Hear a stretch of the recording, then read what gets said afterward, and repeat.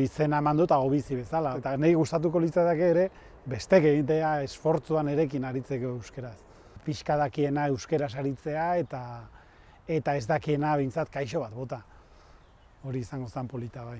15 egun eta bueno, probatzeko ere beste egunetan alduela ere.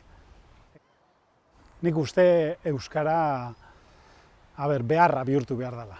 Orduan, gure esku dagona da, ahalik eta euskara ahalik eta gehiago erabili eta eskaintzea gauzak euskeraz jendea ikusteko benetan euskara beharrezkoa dela. Hainbat gauza bizitzeko, hainbat ikuskizun ikusteko eta hainbat gauza egiteko. Jakingo bazenute ze politak zareten euskeraz hitz egitean.